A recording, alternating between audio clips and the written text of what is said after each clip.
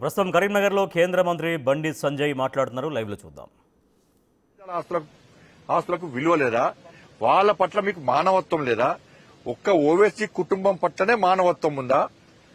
వాళ్ళ ఆస్తులు వాళ్ళలో చదువుకునే విద్యార్థులు మాత్రమే. ఇలా విద్యార్థులకు అన్యాయం చేయాలని కోరుతలే మేము. విద్యార్థులకు న్యాయం చేయాల్సిందే. ఇతర కాలేజీ షిఫ్ట్ చేయాలి. ఆ దమ్ము లేదు రాష్ట్ర ప్రభుత్వానికి. ఇలా కానిస్టేబుల్ మీద దాడి చేస్తారు, వాళ్ళకు ఒత్తాస వస్తుంది. ప్రభుత్వ జాగాలు కబ్జా చేస్తారు, వాళ్ళకు ఒత్తాస వస్తుంది ప్రభుత్వం. ఓవైసీ కుటుంబానికి ప్రైవేటు జాగాలు కబ్జా చేస్తారు, వాళ్ళకు ఒత్తాస వస్తుంది ప్రభుత్వం. కరెంటు బిల్లు కట్టరాళ్ళు ఓల్సిటీలా, వాళ్ళకు ఒత్తాస వస్తుంది ప్రభుత్వం.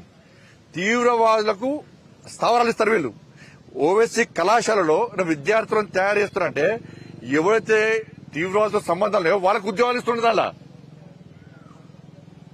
ఇది నేను చెప్పింది కాదు, అరెస్ట్ చేసి తీసుకుపోయి ఇక్కడి నుంచి. ఇదెక్కిరి ఆలోచన తెలంగాణ సమాజం గుర్తించాలి. దీన్ని రాష్ట్ర ప్రభుత్వం యొక్క ఓటు బ్యాంక్ రాజకీయాలను ఇలా తెలంగాణ సమాజం, హిందూ సమాజం గుర్తించాల్సిన అవసరం ఉంది. హైడ్రా విషయంలో ఎంఐఎం పార్టీ నాయకుల ఆస్తులకు ఎగ్జంప్షన్ ఇచ్చారా మీరు? వాళ్ళు కబ్జాలు చేసుకోవచ్చా? చెరువులు, జాగలు అన్ని కబ్జా చేసుకోవచ్చా? పేదల ప్రాణాలకు, పేదల ఆస్తులకు వీళ్ళలేదా? హైడ్రా గొప్పదని చెప్పుకున్నటువంటి రాష్ట్ర ముఖ్యమంత్రి గారు దీని మీద స్పందించాల్సిన బాధ్యత మీ మీద ఉంది. ఇది మంచి పద్ధతి కాదు. దాంతోపాటు ఇంతకుముందే తెలిసింది మాకు, నిన్న ఏబిఎన్ రాధాకృష్ణ గారు ఒక స్టోరీ రాశారు. సరే, ఒక టీవీ, ఒక ఛానల్ కాదు, మొన్ననే మహా టీవీ ఛానల్ మీద దాడులు చేశారు. మళ్ళా ఈ రోజు కేసీఆర్ జాగిరా తెలంగాణ అని చెప్పి ఒక ఎడిటోరియల్ రాస్తే ఏబిఎన్ ఆంధ్రజ్యోతి మీద దాడి చేస్తామని చెప్పి బీఆర్ఎస్ వాళ్ళు అన్నారట. ఇది మంచి పద్ధతి కాదు. దీని ప్రధాన కారణం ఎవరంటే రాష్ట్ర ప్రభుత్వం యొక్క చాతకాంతనం. ఇప్పుడు మహా టీవీ మీద దాడి చేసినప్పుడు ఈ రాష్ట్ర ప్రభుత్వం కఠినంగా వివరిస్తే, ఆ గుండాలను కఠినంగా శిక్షిస్తే ఈ పరిస్థితులు ఉత్పన్నం కావు. ఎందుకు తీసుకోరంటే వీళ్ళు వాళ్ళు ఒకటే, బీఆర్ఎస్ కాంగ్రెస్ ఒకటే. నువ్వు కొట్టినట్టు నేను ఏడ్చినట్టు చేస్తా అనేటువంటి ఆలోచనతో వీళ్ళిద్దరున్నారు. మహా టీవీ మీద దాడి చేసినటువంటి నిందితులను మాత్రంగా రిమాండ్ చేసిండు, ఏదో కథం బెయిల్ ఇచ్చిండు, కథం పంపించారు. బెయిల్ ఇచ్చే ఆస్కారం కావాలని రాష్ట్ర ప్రభుత్వం ఇచ్చింది. ఆ రోజు కఠినంగా వివరిస్తే ఇలా ఏబిఎన్ మీద దాడి చేస్తాం అనేవాళ్ళు కాదు.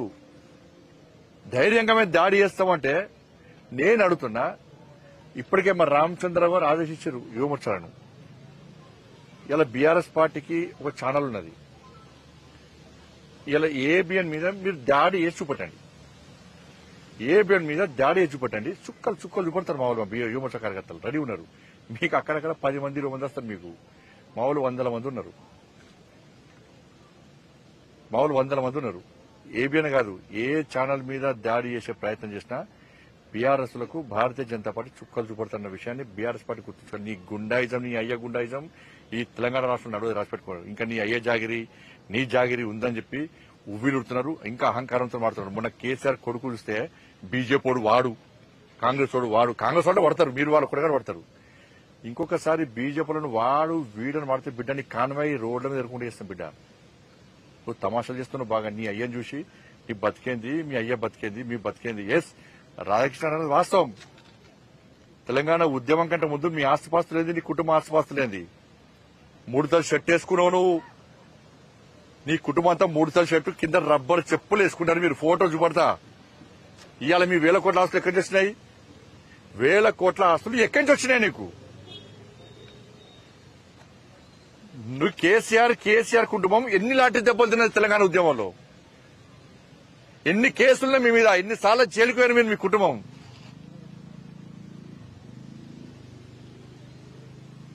తెలంగాణ రాష్ట్రం అప్పుల పాలైంది. కేసీఆర్ కుటుంబము 1000 కోట్లు సంపాదించారు. ఇవాళ దుబాయ్ లో, మస్కట్ లో, అమెరికాలో మొత్తం పొట్టు వ్యాపారాలు చేస్తున్నారు. ఎక్కడ చేస్తే మీకు పైసలు చెప్పండి. వ్యాపారాలు చేసిరా? ఇలా ఉద్యమ సమయంలో ఈ కేసీఆర్ అనే వ్యక్తి ప్రచార రథం లోన్ తీసుకుంటే లోన్ కట్టకుంటే ఈయన మెడల్ పట్టి కింద దించి ప్రచార రథాన్ని కూడా కూర్చుకపోయారు. ఈయన లోన్ తీసుకొని వెహికల్ కొనుక్కుంటే ఫైనాన్స్ పైసలు కట్టకుంటే ఫైనాన్స్ కూడా వచ్చి ఈయన మెడల్ పట్టి దించి ఆయన కారు కూడా గుంజుకపోయారు. ఫైనాన్స్ పైసలు కట్టలేని స్థితిలో ఉన్న కేసీఆర్ కుటుంబం ఇలా ఇన్ని వేల కోట్ల రూపాయలు ఎక్కడి నుంచి వచ్చినాయి? నా కొడుకన్నా ఒక కాస్ట్లీ షర్ట్ వేసుకుంటే ఈ లుచ్చాగాళ్ళు ఈ ఫాల్తీగాళ్ళు సోషల్ మీడియా పెట్టి ట్రోల్ చేసిన కేసీఆర్ కొడుకు ఎవరితో కొట్లాడుతాడో తెలుసా మీకు? కేసీఆర్ కొడుకు మా కొడుకుతో కొట్లాడతాడు. కేసీఆర్ కొడుకు నా కొడుకుతో కొట్లాడతాడన్న మన స్థాయి గది అనే స్థాయి. కేసీఆర్ కొడుకు స్థాయి గది. అంటే మా పిల్లలు బట్టలు వేసుకోవద్దన్నా, కాస్ట్లీ బట్టలు వేసుకోవద్దన్నా, షూ వేసుకోవద్దన్నా, బండ్లు కొనుక్కోద్దన్నా, బిచ్చపులొక్క తిరగాలన్నా మేము. మా పిల్లలు ఒక్క కాస్ట్లీ షర్ట్ వేసుకుంటే బండి సంజయ్ 1000 కోట్లు సంపాదించిన ప్రచారం చేస్తాను ఈ ఫాల్తీగాళ్ళు సోషల్ మీడియాలో. నేను కొనక్క మొన్న ఇల్లు కొనుక్కున్నా. నేను సవాల్ చేస్తున్న కేసీఆర్ కుటుంబాన్ని, కేసీఆర్ కొడుకును, నువ్వు నీ అయ్యా మీ అమ్మ మీ భార్య పిల్లలందరూ రండి, ఏ గుడో పోదాం, నేను మా కుటుంబంతో సహా వస్తానని ప్రమాణం చేద్దాం. బినామీ ప్రాపర్టీస్ కూడా ప్రమాణం చేయాలి. బినామీ ప్రాపర్టీస్ కూడా ప్రమాణం చేయాలి. ఇలా రాధాకృష్ణ గారు మాట్లాడేది గదే మాట్లాడింది. ఇలా ఆ రోజు ఆంధ్రజ్యోతి దినపత్రిక మీ అయ్య ఉద్యమం చేయకుండా కూడా, మీ అయ్య తాగి ఫామ్ హౌస్ అన్నా కూడా తెలంగాణ ఉద్యమకారునిగా చూపట్టింది ఆంధ్రజ్యోతే. ఏబిఎన్ ఆంధ్రజ్యోతి చూపట్టింది ఆ రోజు ఏబిఎన్ మంచిది కాదు. ఆ రోజు మంచిది ఏబిఎన్, మంచి పత్రిక, మంచి ఛానల్, దమ్మున్న ఛానల్ అప్పుడు. కానీ ఇప్పుడు మాత్రం మంచిది కాదు. ఎందుకంటే నీ బండారం అంటే బయట అసలు నీ స్వరూపం బయట పట్టింది కాబట్టి. జేఏసోలు ధర్నాలు చేస్తే, బహిరంగ సభ పెడితే, సందట్ రోడ్ సడేమేలక వీళ్ళు ఒక్కడే పింక్ కలర్ జెండా పెడితే ఇదే ఆంధ్రజ్యోతిలో టీఆర్ఎస్ పార్టీ బహిరంగ సభ అని రాశారు. ఆ రోజు మంచిది ఆంధ్రజ్యోతి ఏబిఎన్. ఈ రోజు మంచిది కాదు.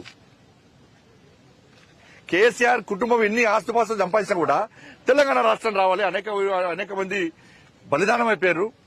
ఇంతమంది తెలంగాణ ప్రజల ఆకాంక్ష, ఆలోచన, ఆశయం ఒక లక్ష్యం పెట్టుకుని ఇలా యుద్దం చేస్తున్నారు.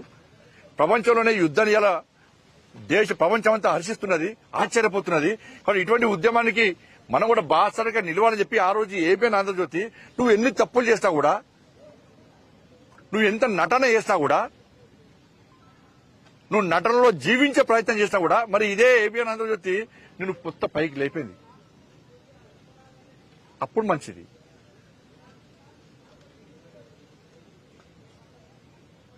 కాబట్టి రబ్బర్ చెప్పులు, ముడతల షర్ట్ వేసుకున్నటువంటి, కారులోను ప్రచార రథం లోన్ కూడా కట్టలేనటువంటి పరిస్థితుల్లో ఉన్నటువంటి కేసీఆర్ కుటుంబానికి ఇన్ని వేల కోట్ల రూపాయలు ఎక్కడి నుంచి వచ్చినాయి? కాళేశ్వరం చంపే ఇప్పుడు ఈ ప్రభుత్వం ఏంది? ఈ ప్రభుత్వం చేత కాదు. ఫస్ట్ రేవంత్ రెడ్డి సర్కారు చేతనావస్థలో ఉన్నది, చాతకంతనంలో ఉన్నది. ఏం చేస్తారు? దాడి చేస్తా అంటే దాడి చేస్తాడని తీసుకుపోయి పొక్కలేసి వాడిని ఈ పంత మడదంపగనట, ఏబిఎన్ కార్యాలయానికట సెక్యూరిటీ ఇస్తారట. ఇటు ఏబిఎన్ కార్యాలయానికి ఇస్తారు, అటు టీ న్యూస్ ఛానల్ కూడా ఇస్తారు రక్షణ. వాళ్ళు కూడా రక్షణ ఇస్తారు, ఫుల్ పోలీస్ పెట్టాలని పెడతారు. ఈ సిస్టమ్ ఏదో నాకు అర్థం కాదు. వీళ్ళ ఆలోచన ఏందో అర్థం